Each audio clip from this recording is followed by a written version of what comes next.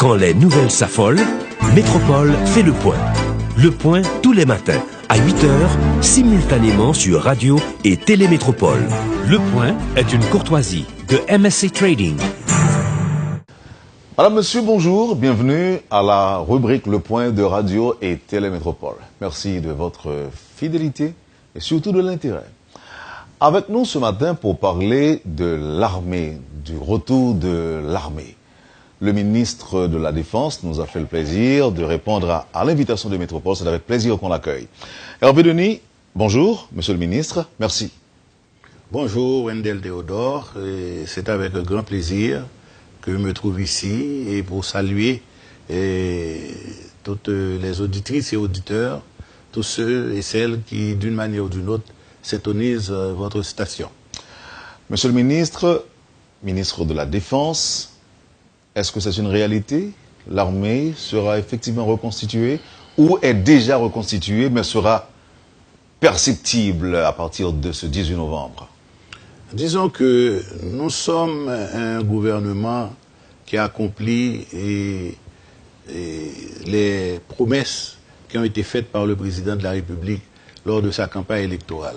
Parmi ces promesses-là, il a dit clairement qu'il procédera au rétablissement des forces armées.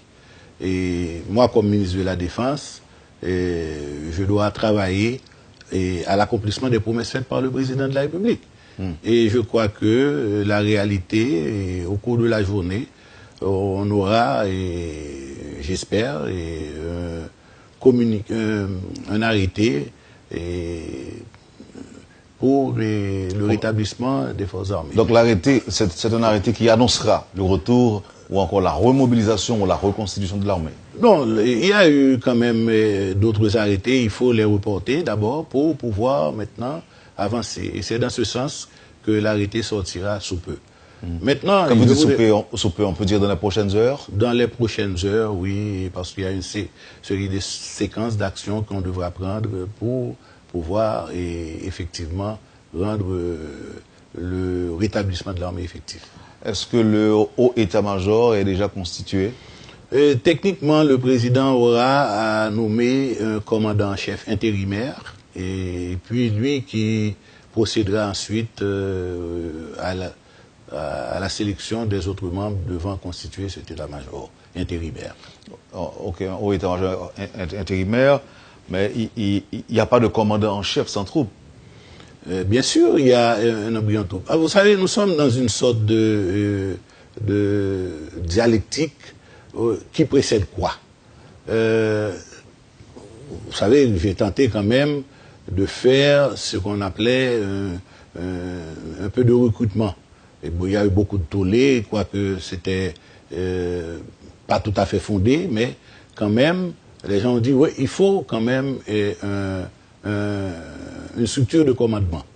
Et maintenant que nous sommes en train justement de le faire, maintenant il va falloir que immédiatement cette structure de commandement qui sera établie continue dans l'esprit du recrutement pour qu'on ait les troupes.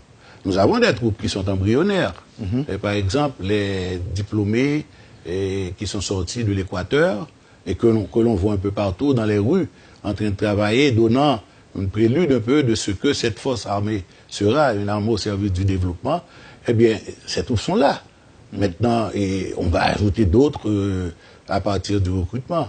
Donc, là, quand vous parlez de recrutement, vous faites allusion à ces jeunes inscrits il y a 2 ou 3 mois, je crois, et à Grissier, c'est ça? Et tout à fait, à Léogane plutôt, parce que la base se trouve, après vérification, dans la commune de Léogane. Donc, je crois qu'il faut faire justice à la commune de Léogane.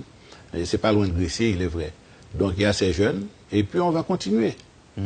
Maintenant, pour une armée, est-ce qu'on peut parler de petite armée ou bien d'armée embryonnaire? On aura une armée à la dimension de notre pays. Évidemment, ce n'est pas une œuvre qui se fera du jour au lendemain. Nous commencerons en tenant compte de certains impératifs et de nos moyens. Et j'avais proposé dans un premier temps que nous ayons une armée constituée de 500 hommes et femmes. Et on va continuer dans cette voie. Maintenant, une fois... je ne sais pas si vous permettez, monsieur le ministre, mais quand même, j'ai un petit désaccord. quand vous dites que à la dimension de notre pays, mais on était sur le plan démographique, on n'avait pas en 1994, 90, on n'avait pas 11-12 millions. C'était moins que ça, et on était déjà à 7 millions, 7000 pardon, environ 7000 hommes. Bon, oui, c'est un objectif peut-être qu'on peut rechercher, mais à l'époque, on n'avait pas de police. Maintenant, les deux forces publiques que nous avons, et nous faisons toujours un plaidoyer pour que nous ayons une police très forte, mais qui ait quand même une armée qui soit quand même dévolue chacune de ces institutions aux tâches que la Constitution leur impose. Maintenant, et on peut avoir une armée dont l'effectif ne dépasse pas peut-être 5 000 hommes et femmes, et à côté d'une police qui peut avoir au moins 20 000 hommes donc, et femmes. Donc, ce qui pourrait faire quand même une force publique de 25 000 à 30 000. Donc, et tenir compte aussi des moyens financiers et avoir un échelonnement de cette institution-là pour les années à venir. Maintenant, Monsieur le ministre, l'arrêté sortira dans quelques heures. Qu'est-ce qui va se passer le 18 novembre? Ben, le 18 novembre, premièrement, c'est une date très importante pour nous. D'abord, s'il n'y avait pas de 18 novembre, il n'y aurait pas de 1804. Vous comprenez? C'est là, nous avons consacré le 18 novembre comme jour de l'armée, et nous comptons fêter le 18 novembre au Cap, à Vertières, et avec quand même un esprit nouveau, qui est le rétablissement des forces armées. Donc il y aura parade Oui, nous ferons une cérémonie, parade, et nous espérons avoir les forces publiques que nous avons pour pouvoir y participer. À ce moment-là, Monsieur le ministre, est-ce que la police nationale sera là aux côtés des soldats pour garantir la sécurité des militaires au moment de la cérémonie? Ben, non seulement garantir la sécurité, mais aussi participer. La police fait partie des forces publiques. Oui. Et à côté de l'armée. Donc les deux forces seront ensemble à Vertières. Ah, ben c'est souhaitable et je le crois aussi. Non, vous dites c'est souhaitable, ça veut dire qu'il n'y a pas de dispositions en ce sens qui ont été prises. Oui. Vous n'êtes pas certain? Non, elles le seront. Mais évidemment, il y a le côté protocolaire qui s'occupe de ces détails. Donc, c'est pour cette raison que je ne veux pas quand même... Il y a des choses qui sont peut-être en train d'être changées au moment où nous nous parlons. Donc, mais je crois que les deux forces seront présentes. Monsieur le ministre, qu'est-ce que vous exigez pour être membre du haut état-major? Qu'est-ce qu'il faut? Qu'est-ce qu'il faut à un intéressé, par exemple? Bon, nous avons établi des critères et je crois que nous avons établi ces critères et nous sommes très soucieux à ce qu'ils soient respectés. Par exemple, nous avons évité que toute personne, même s'il y a une brillante carrière militaire et autres, qui a été dans la politique n'est pas éligible pour être membre du haut état-major. Quelqu'un qui aurait un dossier conflictuel sur lui, malheureusement, il ne pourra pas. Quelqu'un qui a été peu ou prou mêlé dans des questions de drogue ne le pourra pas. Donc nous avons établi des critères assez sérieux pour que nous puissions éviter quand même que cette institution ne soit un petit peu mal vue par les choix malheureux qu'on aurait pu faire. Un ancien ministre ne peut pas? Un ancien ministre ne peut pas. Un ancien policier? Ça dépend. Un ancien policier pourrait l'être, mais s'il a été mêlé en politique, il ne pourra pas. Bon, je ne peux pas dire à la surprise, mais hier, on avait vu sur les réseaux sociaux une liste de personnalités qui pourraient faire partie du haut état-major. Cette liste, à votre avis, n'est pas correcte, n'est pas exacte? Vous savez, vous êtes plus habitué que moi aux réseaux sociaux. Et il y a eu tellement de listes sur d'autres événements, des cabinets et autres, donc, et le passé a prouvé le contraire. Donc, je crois qu'il faut mettre cela sur le dos presque de la fantaisie, quoi. Même s'il y a des gens qui, quand même, ont eu un passé pas malhonnête, quand même, dans l'armée ou encore dans la police. Bon, en tout cas, je ne peux pas commenter sur cette liste. Et je peux vous dire qu'elle est fausse. Déjà, elle est fausse. Oui. Ok. Là maintenant, il y a les soldats, si je peux les appeler ainsi, formés en Équateur, qui vont intégrer l'armée. Est-ce que je peux dire que tous les membres de l'armée ont été, de la prochaine armée, sont des gens qui ont été formés en Équateur?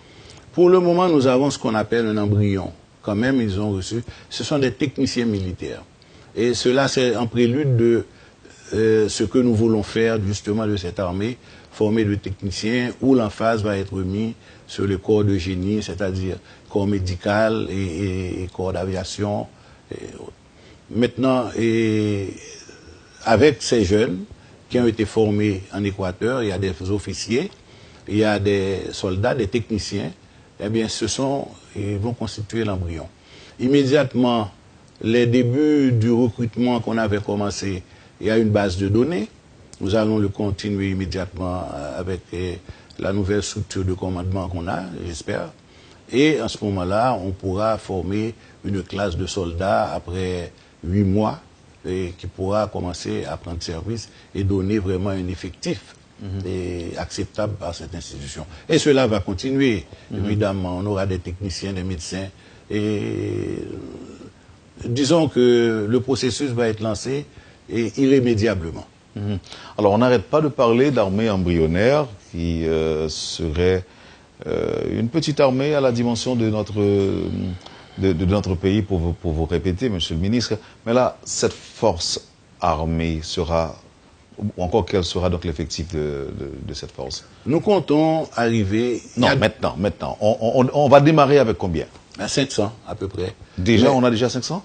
Enfin, avec l'effectif qu'on a et les recrues, ça va constituer à peu près 500, assez vite. Vous parlez des dernières recrues qu'on a eues? Il y en a qui sont déjà prêts? Ah non, pas prêts, mais je vous ai dit que ça prend à peu près 6 à 7 mois. Oui, 6 à 8 mois pour former. Maintenant, à partir de demain, ou pour le 18 novembre, vous aurez combien de soldats?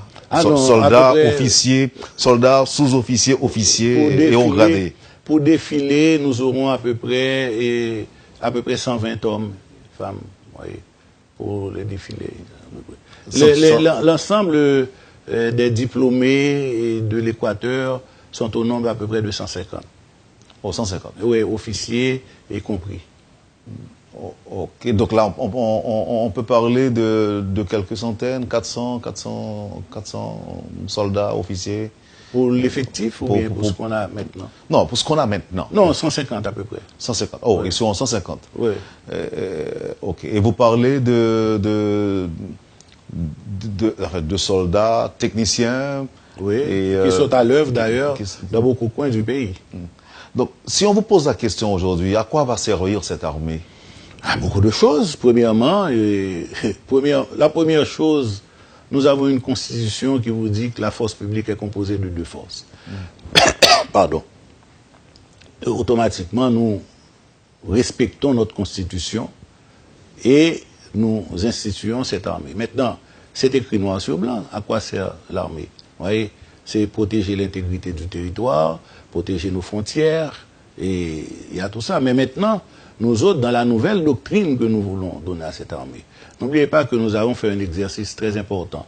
D'abord, avec un livre blanc, et qui a été un travail très fastidieux, qui a été commandé sous le gouvernement du président Martelly.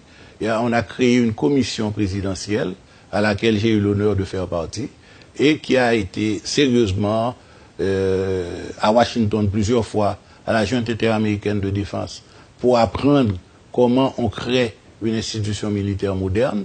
Nous avons eu des séminaires même, des ateliers de travail en Haïti, et nous avons finalement présenté au public un instrument qui est très valable, un livre blanc sur la défense et la sécurité pour un développement durable d'Haïti.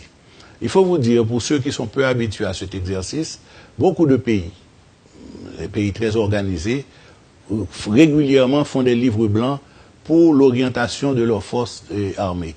Et Haïti a pu bénéficier de la dernière génération des livres blancs, c'est-à-dire un livre blanc où l'institution militaire est également mêlée au développement économique de son pays. Et nous sommes, à l'époque où on l'avait écrit, le seul pays de la Caraïbe à avoir eu un tel instrument. Même la République dominicaine à côté ne l'avait pas encore. Je ne sais même pas si elles ont encore un livre blanc. Donc ce livre blanc donne une orientation de ce qu'une armée moderne doit être. Maintenant, arrivé au pouvoir, le gouvernement Moïse Lafontaine a donné à chaque ministre une feuille de route, qui est encore un autre exercice et qui a le mérite de donner une indication à chaque ministre de ce que son travail doit être.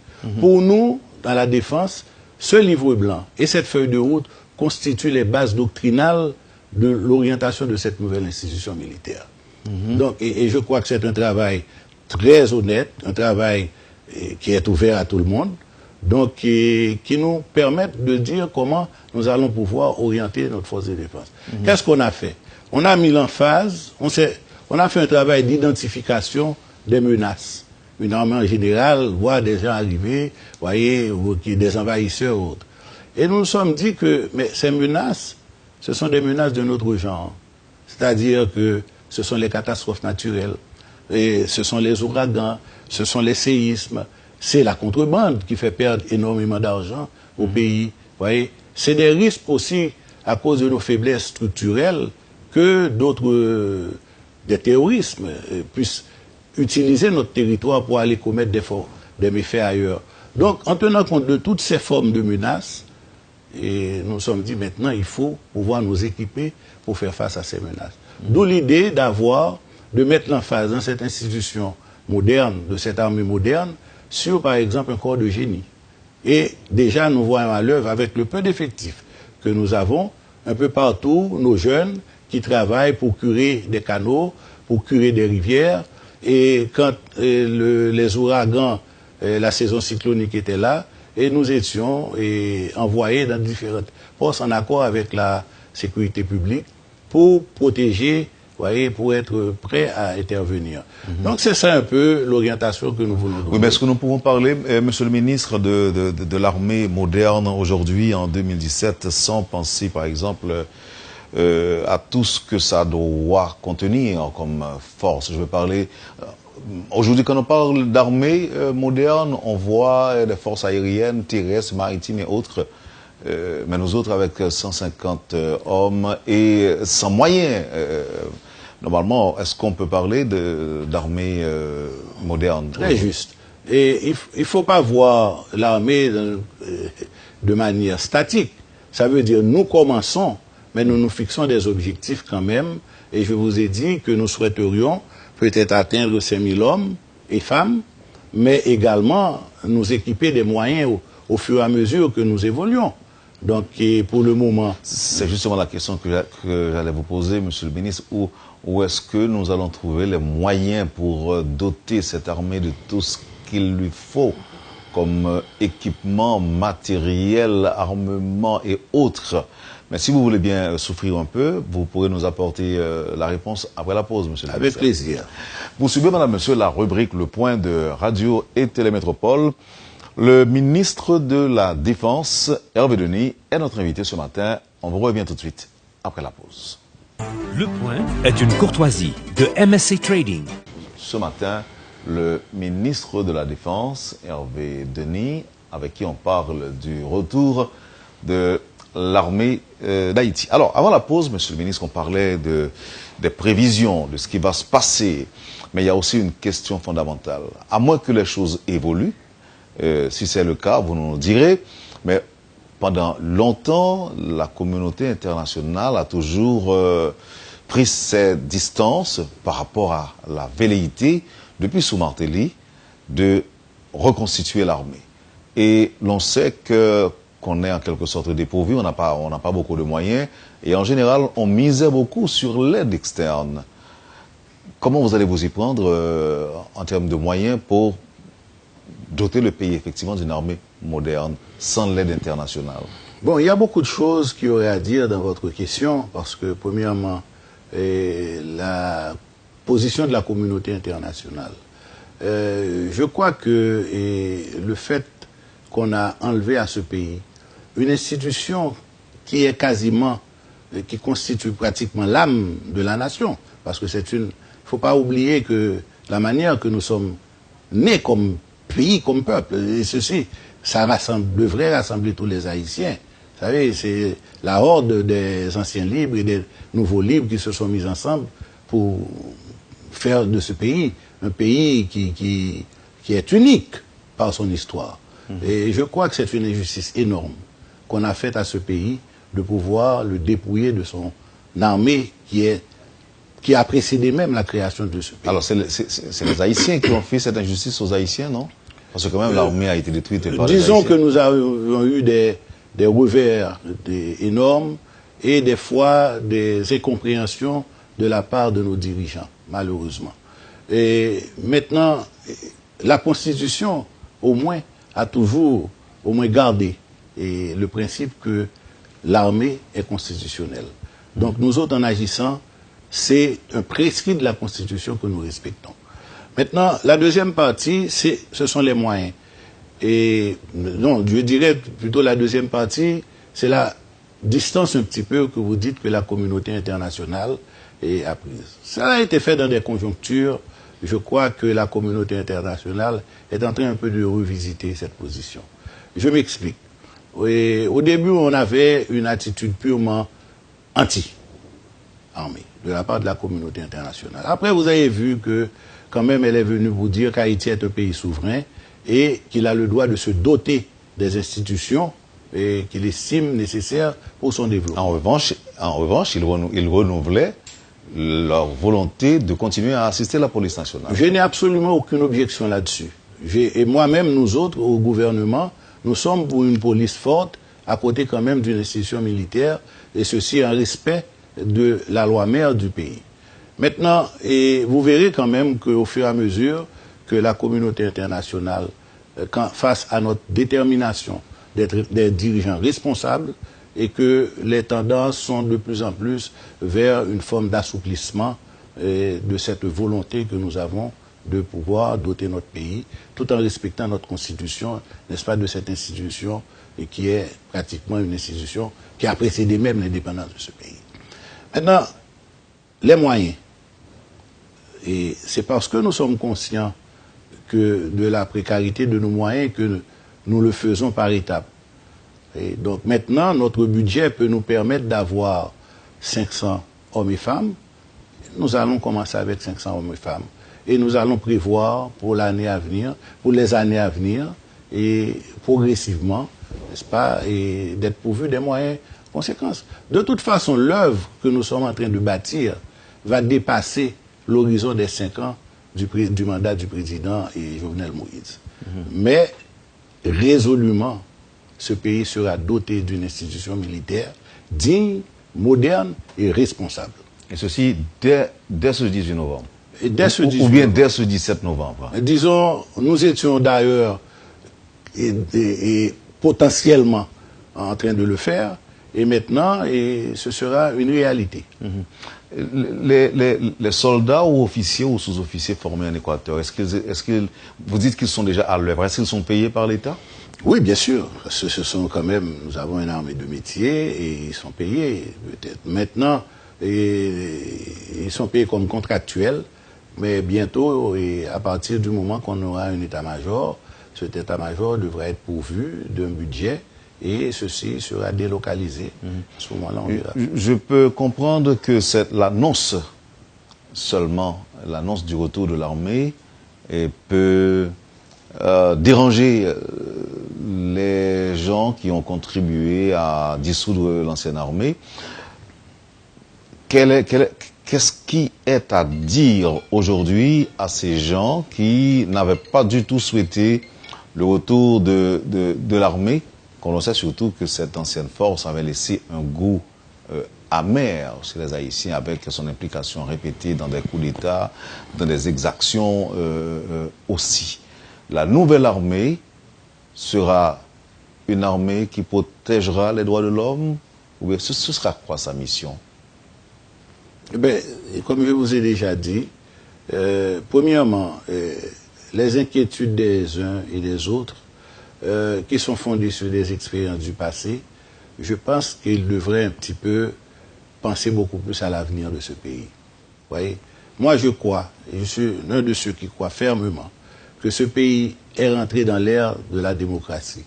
L'ère de la démocratie postule de la part des institutions et de ceux qui les dirigent aussi des comportements démocratiques.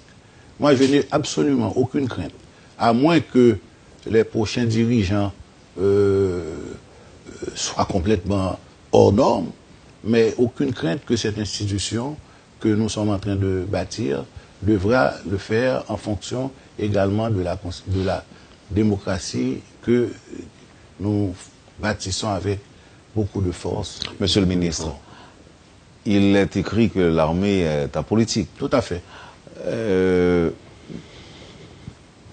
C'est un terme qu'on répète et parfois, alors qu'on parle d'armée apolitique, il arrive souvent qu'il y a des coups d'État et les généraux brandissent le prétexte de correction démocratique, par exemple. Monsieur Théodore, soyons sérieux. Beaucoup de coups d'État dans ce passé où il y avait des coups d'État, ce sont des fois les civils qui les télécommandaient. Ce servait tout simplement du bras armé pour le faire. Voyez. Donc, oui, mais cela dit que c'était une armée qui était sous ordre, alors sous les ordres des civils. Qui vous fait croire, monsieur le ministre, que l'on aura pour de bon le contrôle de cette armée, ou encore qu'elle restera dans ses limites? La force de la démocratie. Quelle démocratie, monsieur? Celle que nous sommes en train de bâtir. Et aussi, les règles... Mais vous parlez de démocratie, monsieur le ministre? J'y crois, moi. Vous y croyez? C'est bizarre. De très nombreux. Certains gens y croient aussi, mais l'expérience qu'on est en train de faire là, est-ce que c'est vraiment ça de la démocratie? Oui, nous respectons le plus possible la démocratie dans tout ce que nous avons pris comme actuellement. En ce qui concerne la restitution, le rétablissement des forces armées. En tout cas plus que quand on l'a détruite. En tout cas, j'admire votre optimisme. Mais je n'ai pas le choix. Je suis toujours optimiste et je crois que c'est la façon que nous devons voir notre pays. Si nous continuons toujours, et ça, vous me permettez, de cultiver toujours un esprit négatif, c'est une œuvre collective que nous voulons bâtir. Et j'invite mes compatriotes toujours à s'armer de cet optimisme-là. Sinon, on n'a qu'à faire nos bagages et partir pour l'étranger. Moi, je refuse d'être de ce lot-là. Jusqu'où peut-on compter sur la formation ou l'expérience des anciens militaires? Ben, écoutez, on fait du neuf avec du vieux. Mais ce que nous faisons, nous avons passé à travers un sas, n'est-ce pas, pour prendre ce qu'il y avait de mieux, pour pouvoir bâtir, n'est-ce pas, cette nouvelle institution. Il ne faut pas dire que tout ce qui était de l'armée était mauvais. Vous voyez, il y a quand même des hommes et des femmes qui ont servi ce pays et qui méritent le respect quand même auquel ils ont droit parce qu'ils ont passé leur vie à servir. Imaginez quelqu'un qui avait à peu près 20-25 ans qui a décidé d'épouser la carrière militaire et puis un beau jour on lui dit carrément vous n'existez plus. Vous voyez quelle injustice qu'on fait à cette personne. Et cette personne n'a rien fait de mal. Donc on détruit toute une institution, on brise toute la carrière de quelqu'un. Je crois que diriger un pays, c'est faire preuve de beaucoup de sagesse et beaucoup d'élévation. Comprenez? Et c'est ce que nous essayons de faire. Est-ce que le haut état-major ou encore le commandant en chef sera donc ratifié par le Parlement ou encore le choix devra être ratifié par le Parlement? Nous allons d'abord créer un autre état-major provisoire. Et je crois qu'il y a l'assentiment de presque tous les corps de l'État, des grands dirigeants de l'État, de ce côté-là, des institutions. Et idéalement, ça aurait dû être d'abord parmi les officiers généraux, on choisit et puis on le présente, le président choisit et présente devant le Parlement. Mais ça, c'est ce que dit la Constitution. La Constitution n'avait pas prévu que l'institution Forces armées d'Haïti allait être écartée pendant au moins 23 ans. Donc, il a fallu se rapprocher le plus possible de cette structure pour pouvoir maintenant aller vers une structure provisoire et qui pourra durer un certain temps. Et après, quand l'armée aura pris sa vitesse de croisière, et en ce moment-là, on pourra maintenant présenter à la nation un état-major, un chef d'état-major, un commandant-chef, pardon, qui devra être ratifié par le Parlement. Mais pour le moment, nous allons vers le provisoire parce que nous faisons les choses par étapes.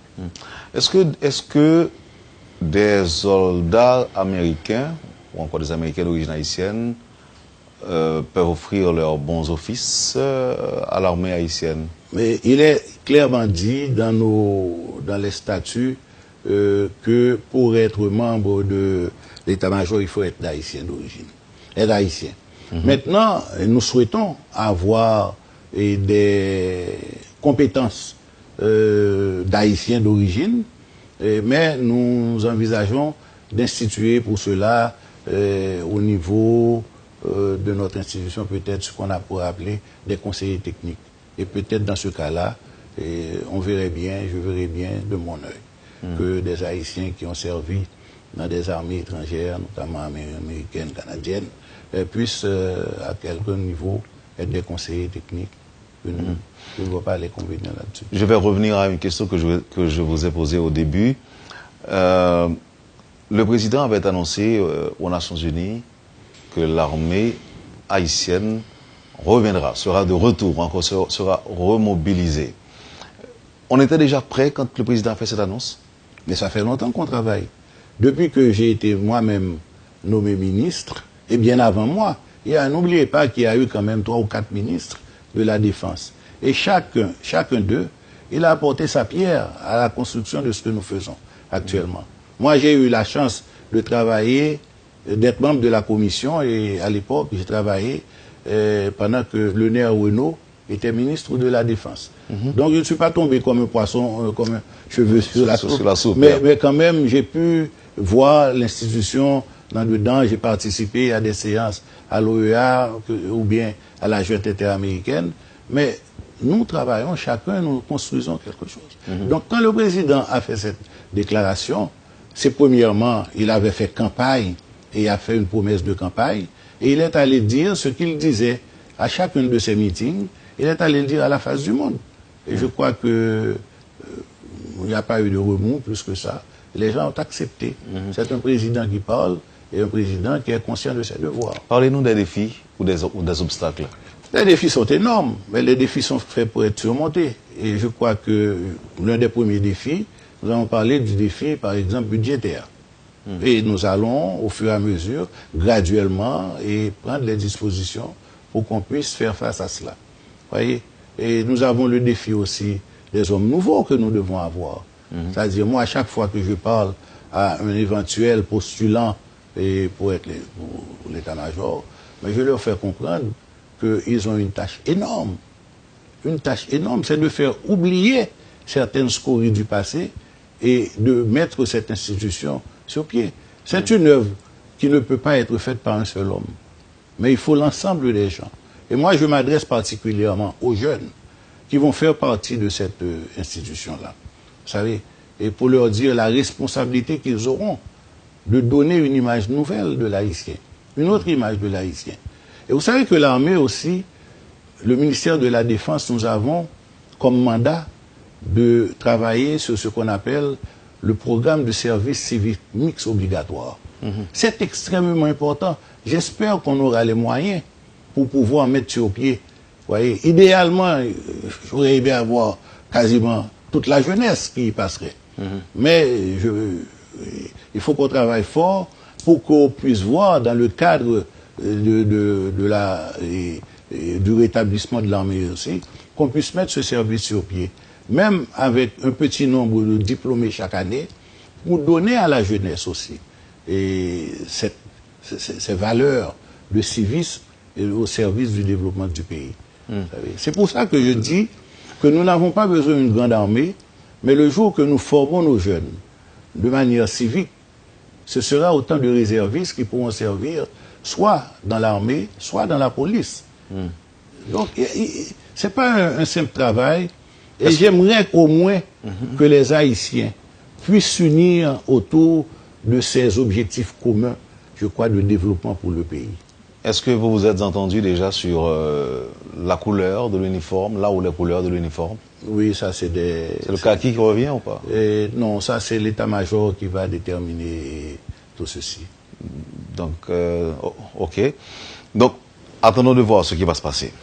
Mais ce qui va se passer, vous aurez des hommes qui accompliront leur devoir, comme ils sont en train de le faire maintenant à travers... Et pour les armes? Et pour les armes?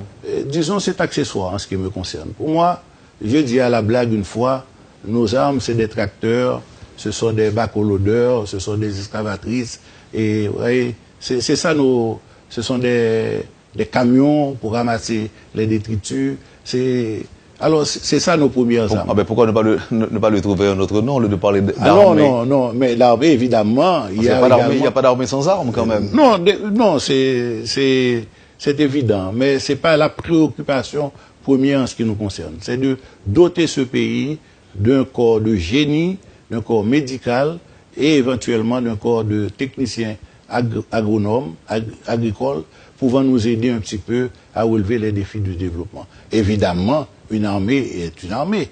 Les rôles fondamentaux d'une armée de défense, de protéger le territoire, seront là. Vous voyez? Donc là, oui, la question concernant les armes a toute son importance. Mais je vais vous dire, à côté de cela, nous avons des priorités. Ils seront déployés à la frontière? Ah ben, nous aurons une unité, et je crois que c'est l'une de nos préoccupations, d'avoir une unité. D'ailleurs, c'est dans le mandat de l'armée de protéger nos frontières, qu'elles soient maritimes, terrestres et aériennes. Donc, je crois que ça devrait être une priorité. On parle beaucoup de la frontière terrestre, mais imaginez un pays comme Haïti, la frontière maritime que nous avons. Donc, une marine est d'une extrême importance. Il y a des bateaux, vous savez, au moment où je vous parle, il y a des bateaux étrangers qui viennent pêcher dans nos eaux territoriales et nous ne pouvons même pas avoir les moyens de pouvoir réagir. Donc, vous comprenez l'importance qu'on a pour pouvoir surveiller toutes ces frontières-là. C'est nos richesses qui partent. Oui, mais on mettra du temps avant de pouvoir répondre. Pas nécessairement. Il y a des moyens qui existent et peut-être les missions ne s'y prêtent pas, mais on pourra en parler. Vous voyez, nous sommes en négociation avec des firmes étrangères. Vous savez, avec la technologie, maintenant, il y a beaucoup de moyens qui existent de surveiller, par exemple, des espaces d'un pays. Donc, ça aussi... Je ne sais pas si cela relève de la compétence du ministre de la Défense, mais la question de l'embargo imposé sur les armes, comment est-ce que la nouvelle armée entendra contourner l'embargo pour avoir des armes? Vous allez importer des autres pays, non? Ou bien des États-Unis, ou bien est-ce que vous allez entreprendre des pourparlers avec des autorités de manière à lever cet embargo? Bon, premièrement, il faudra voir, il y avait un embargo pour une période, bon, et il n'y a pas d'embargo, par exemple, pour la police. Donc, il y a d'autres pays qui fournissent... Mais est-ce que la police reçoit des armes par les voies régulières, ou encore, est-ce que ce sont ces pays-là qui vendent des armes à la police? Je ne crois pas que la police a des problèmes pour recevoir ces armes. Voyez? Mais ça, je crois que ce n'est pas un problème d'une très grande importance. Il existe assez de pays dans le monde qui offrent, qui vendent des armes. Et je crois que quand le moment viendra, on saura faire face à cette mesure-là. Monsieur le ministre, c'était un plaisir de vous avoir ce matin à la rubrique Le Point pour annoncer la nouvelle ou encore pour faire savoir à tous qui peuvent comprendre et à tous qui veulent entendre aussi que l'armée sera bel et bien là en Haïti à partir du 18 novembre. Mais c'est un prescrit constitutionnel. Nous obéissons à la Constitution en plus que c'est une promesse électorale du président. Donc, quand le peuple a élu le président, le peuple s'attend à ce que le président réponde aux promesses. Oui, mais de fait, l'armée qui est un prescrit constitutionnel n'était pas visible, n'était pas là. Et l'armée était dissoute de fait. Constitutionnellement, l'armée a bel et bien existé, mais sur le papier. Mais en fait, elle n'a pas existé, monsieur le ministre. Eh bien, ça veut dire que nous sommes ceux qui respectons la Constitution, contrairement à ceux qui l'ont détruite, qui ne la respectaient pas. Merci encore une fois, monsieur le ministre. Je vous en prie.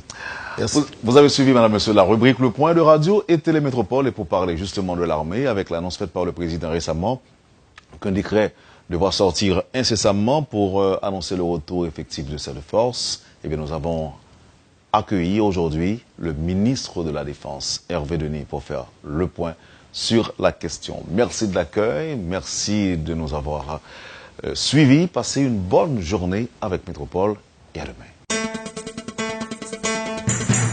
Quand les nouvelles s'affolent, Métropole fait le point.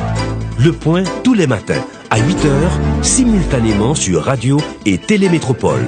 Le Point est une courtoisie de MSC Trading.